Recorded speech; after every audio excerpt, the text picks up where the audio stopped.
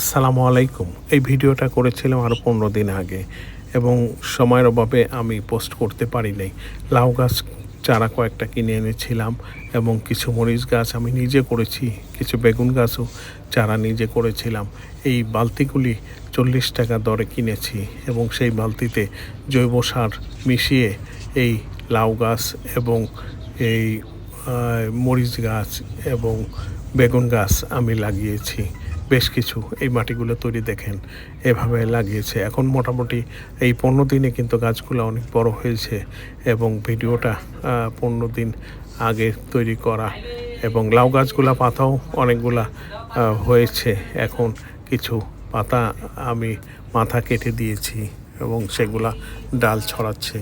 এইভাবে এইবার বেশ কিছু আমি সবজি করেছি, বেশিরভাগই লাউ গাছ এবং লাউ না ধরলেও পাতা তো খেতে পারবো।